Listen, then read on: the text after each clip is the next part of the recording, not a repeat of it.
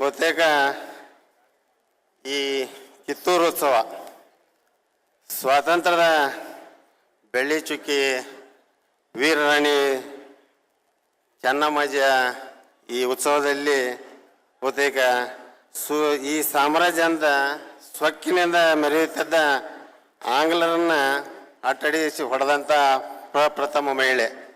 ಬಹುತೇಕ 201ನೇ ವರ್ಷ, ಹೋದ ವರ್ಷ 201 ವರ್ಷ ಅತಿ ಸಂಭ್ರಮದಿಂದ ಆಚರಣೆಗೊಂಡು ಈ ವರ್ಷ 201ನೇ ವರ್ಷಕ್ಕೆ ಈ ಉತ್ಸವ ಮಾಡತ್ತೇವೆ.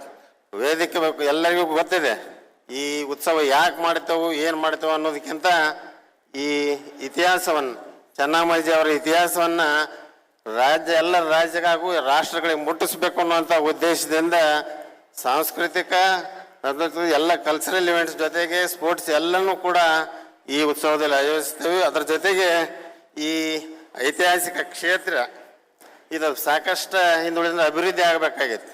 ಈ ಕ್ಷೇತ್ರ ಅನ್ನೋಕ್ಕಿಂತ ಈ ಪ್ರಾಧಿಕಾರ ಈ ಚೆನ್ನಮ್ಮನ ಇದ್ದಂಥ ಕೋಟೆ ಜೀರ್ಣೋದ್ಧಾರ ಮಾಡೋದಂತಾಗಲಿ, ಬೇಡ ಇಲ್ಲಿ ಟೂರಿಸಂ ಆಕರ್ಷಣೆ ಮಾಡುವಂಥ ಸ್ಕೀಮ್ಸ್ ಆಗಲಿ ಹಾಕುವಂಥದ್ದು ಮಾಡಿದ್ವು. ಈಗಾಗಲೇ ಮಾನ್ಯ ಮುಖ್ಯಮಂತ್ರಿಗಳು ಕಳೆದ ವರ್ಷ ಮತ್ತು ಅದರ ಹಿಂದಿನ ವರ್ಷ ನಮಗೆ ಅನುದಾನ ಕೊಟ್ಟಿದೆ. ಇನ್ನೂ ಸಾಕಷ್ಟು ಇತಿಹಾಸಕ್ಕೆ ಸಂಬಂಧಪಟ್ಟಂಥ ಸ್ಮಾರಕಗಳು ಸಾಕಷ್ಟು ಅದಾವೆ.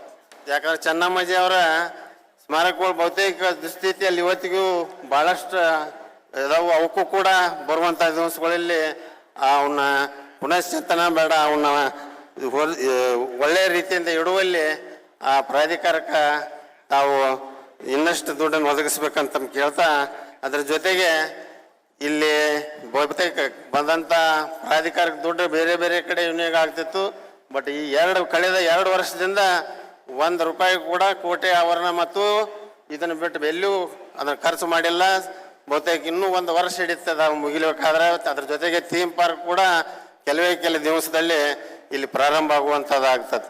ಅದರ ಜೊತೆಗೆ ಬೇಸಿಕ್ ಆಗಿ ಇನ್ಫ್ರಾಸ್ಟ್ರಕ್ಚರ್ ಈ ಸಿಟಿಗೆ ಬೇಕಾದಂಥದ್ದು ಮಾನ್ಯ ನಮ್ಮ ಲೋಕೋಪಯೋಗಿ ಮಂತ್ರಿಗಳು ಬಹುತೇಕ ಸಿಂಹಪಾಲು ಕೊಟ್ಟಿದ್ದಾರೆ ನಮಗೆ. ನಾವು ಯಾವುದೋ ಕೇಳಿದ್ರೂ ಈ ಪಟ್ಟಣದ ಸೌಂದರ್ಯೀಕರಣಕ್ಕೆ ಎವ್ರಿ ಇಯರ್ ದುಡ್ಡು ಕೊಟ್ಕೊಂತ ಬಂದಿದ್ದಾರು, ಮುಂದಿನ ವರ್ಷ ಕೂಡ ಕೊಡ್ತೇನೆ ಅನ್ನುವಂಥದ್ದು ಇದನ್ನು ಮಾಡಿದ್ದಾರೆ. ಅದರ ಜೊತೆಗೆ ಇಲ್ಲಿ ಈ ಭಾಗದ ಬಹುತೇಕ ಈಗ ಸಾಕಷ್ಟು ರೈತರು ಕೂಡ ಕೊಟ್ಟರು ಅವ್ರ ಮನವಿಯನ್ನು. ಈ ಕಳೆದ 2-3 ವರ್ಷದಿಂದ ಈ ಕುಲ್ಲಳ್ಳಿ ಭಾಗದಲ್ಲಿ ಬಹುತೇಕ ಚೆನ್ನಮ್ಮಾಜಿ ಅವ್ರನ್ನ ಇತಿಹಾಸ ಹಿಡ್ಕೊಂಡ ಭಾಳಷ್ಟು ಬ್ರಿಟಿಷರು ಕೊಟ್ಟಂಥದ್ದು ಇನಾಮ.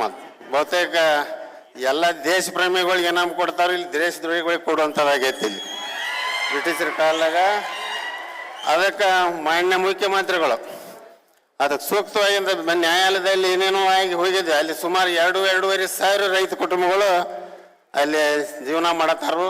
ಅದಕ್ಕೆ ಅದನ್ನಂಥ ಒಂದು ಆ್ಯಕ್ಟ್ ಮಾಡಿ ಆ ರೈತರ ಬಾಳಿಗೆ ಒಂದು ಒಳ್ಳೆಯ ತೀರ್ಮಾನ ಕೊಡಬೇಕಂತ ತಮ್ಮಲ್ಲಿ ಆಶಿಸ್ತಾ, ಅದರ ಜೊತೆಗೆ ನಾನು ಇನ್ನೊಂದು ಅಂತಂದರೆ ಬಹುತೇಕ ಈ ಮಧ್ಯ ಭಾಗದಲ್ಲಿರುವಂಥ ನನ್ನ ಕ್ಷೇತ್ರದಲ್ಲಿ ಒಂದು ಮಲಪ್ರಭಾ ಸಹಕಾರಿ ಕಾರ್ಖಾನೆ ಐತಿ, ಭಾಳ ದುಸ್ಥಿತಿಯಲ್ಲಿ ಐತಿ. ತಮಗೆ ಮಾತಾಡ್ಕೊಂತ ಮೊದಲು ಕೂಡ ಮನವಿ ಮಾಡಿದ್ವು. ಅದನ್ನು ಪುನಶ್ಚೇತನ ಮಾಡೋಕ್ಕೆ ಸ್ವಲ್ಪ ಇದನ್ನು ಮಾಡಿರಿ, ಎಲ್ಲರಿಗೆ ರೈತರಿಗೆ ಅನುಕೂಲ ಆಗ್ತಂತ ಹೇಳ್ತಾ ಈ ಪುಣ್ಯಭೂಮಿಗೆ ಅಭಿವೃದ್ಧಿ ಆಗಬೇಕು.